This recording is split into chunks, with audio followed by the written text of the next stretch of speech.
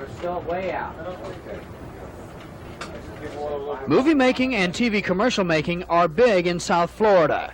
They are lucrative businesses, not only for producers, directors, and actors, but also for the Teamsters Union. The Teamsters provide equipment and handle transportation duties on many of the shooting locations. They drive the trucks and chauffeur the actors. What worries federal investigators is that some of the Teamster officials may have also been doing more than that, and what they are suspected of doing is highly illegal.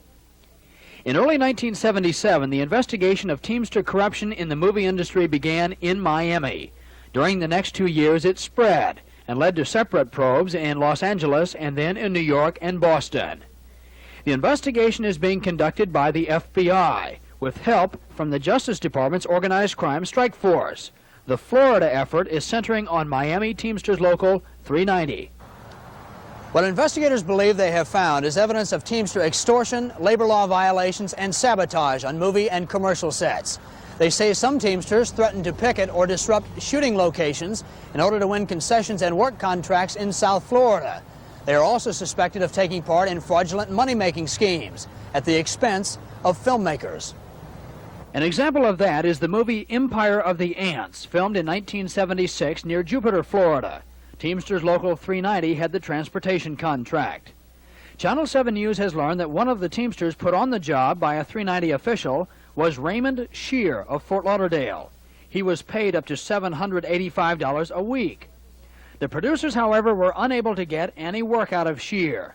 The reason is that the man was dead and had been for 3 years.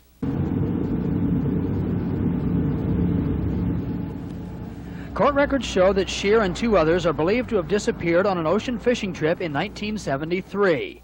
2 years later, a Broward judge ordered Shear's life insurance company to pay off his policy. The payment was made. It was a year after all that Shear's name appeared on the movie payroll. Investigators tell WCKT News his paycheck was collected and cashed by a Teamster official. The government is also looking into reports of sabotage on a movie set in Key West. During the filming of Hunters of the Reef, a movie that appeared 10 months ago on NBC television, several vehicles were damaged. A letter was sent from a movie equipment supplier to Teamster President Frank Fitzsimmons. It claims that truck tires were flattened, a brake cylinder was punctured, and a truck's gas tank was found half full of water. Concern was expressed for the safety of the drivers. Investigators suspect the sabotage was the work of an official in Local 390.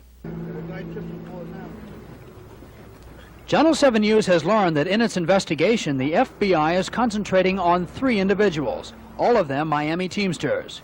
One is Vincent Marciero, the Secretary-Treasurer of Local 390. He is being investigated in connection with alleged threats to movie producers. Marciero denies any wrongdoing and says there is nothing for the FBI to investigate. Another target is Harry Tuttle, who is being studied in connection with the Dead Man scheme. Tuttle is a Teamster driver and transportation supervisor affiliated with Local 390. Next week, he goes on trial in state court on charges that include armed robbery and resisting arrest with violence. North Miami police say he stole at gunpoint over $37,000 from an undercover detective during what was supposed to be a drug sale at this sandwich shop on Northwest 7th Avenue. The third and final target is Ernie Grass, the former president of Local 390. Among other things, Grass is being investigated in connection with the Key West sabotage. It was during his administration from 1975 to 1978 that all the activities under investigation took place. Smile, Billy. Greg, John, may we touch you up, please? Sources in the film industry say the relationship between producers and the Miami Teamsters have improved dramatically in the last year or 2. Most believe it is because of the FBI investigation. Others credit a new administration in Local 390. An example of this cooperation is found on the set of the new Jerry Lewis production called Hardly Working. It is being filmed now in South Florida. The company's production head says that after a slow start, the producers and the Teamsters are getting along fine. Very harmonious. Couldn't ask for more cooperative bunch of guys. Anything that we want, there's no problems at all. We've had a good relationship. The information uncovered by investigators will be presented to a grand jury meeting at the Miami Federal Courthouse. No charges have been filed yet, but sources say the government will seek indictments. Spokesmen for the film industry say they hope the investigation will close the door on union corruption, intimidation, and threats in the South Florida movie business. That, they say, is the only way to attract many of the producers who refused or feared to come here before. Mark Potter for Channel 7 News.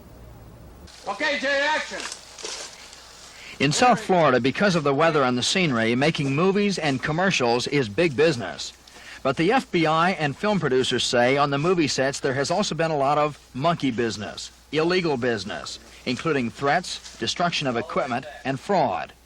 At the center of all this, allegedly, is Miami Teamsters Local 390, which provides Teamster drivers for the movie companies. They chauffeur the actors, drive the trucks, and even spend long hours each day standing watch over the portable toilets and dressing rooms. But some say the Teamsters have also been doing a lot of things they're not supposed to. Law enforcement and movie sources say it's a problem on film sets around the country, especially in Los Angeles, Honolulu, New York, Boston, and Miami. An example being studied by the grand jury is the movie Empire of the Ants, filmed in Jupiter, Florida in 1976. On the payroll was a man named Raymond Shear. Ray Shear was a Teamster chauffeur from Local 390. All he was supposed to do was drive the actors to and from their hotels. For that easy work, Ray Shear was paid nearly $800 a week, a lot of money, especially when you consider that during the time he was being paid all that money, Ray Shear was dead and had been dead for nearly 3 years. Well, if Shear was dead, who put him on the payroll and where did the money go? Law enforcers suspect officials of Local 390. Being investigated in connection with the scheme is Vincent Marciero, the local secretary-treasurer, the number 2 man in 390, which represents 2,200 members. Marciero denies any wrongdoing. As far as you're concerned, nothing was ever done wrong on these movie sets by the Teamsters of Local 390. Not on the movie Empire of the Ants, for example, is it? Since the government's investigation began 4 years ago, one of the targets has died, another has disappeared, and the statute of limitations on the case runs out next month. Sources in law enforcement say the case was dragged out needlessly by a prosecutor who could have sought indictments years ago. As it stands now, indictments are expected at the end of this month. Mark Potter, Newswatch 10 at the Miami Federal Courthouse.